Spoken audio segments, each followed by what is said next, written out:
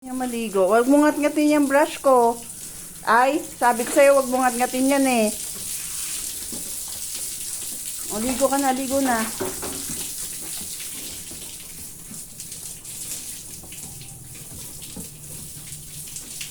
Ito yung gagawin namin inahin. Ayun. Ayan. Palit na kasi kami ng inahin. Kasi 3 taon na yung isa.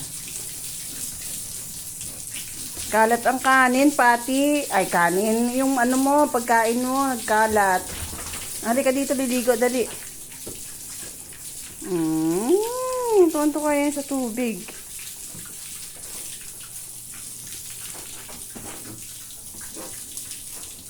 Dumi ng puwet, oh.